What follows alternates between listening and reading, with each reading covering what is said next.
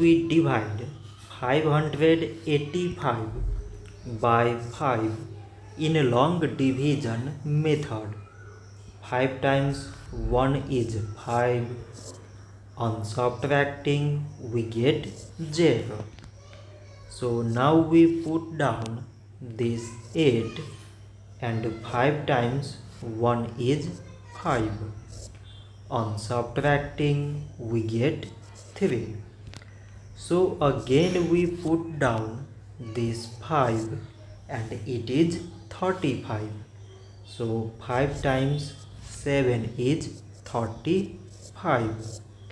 On subtracting we get 0. So 585 divided by 5 is 117.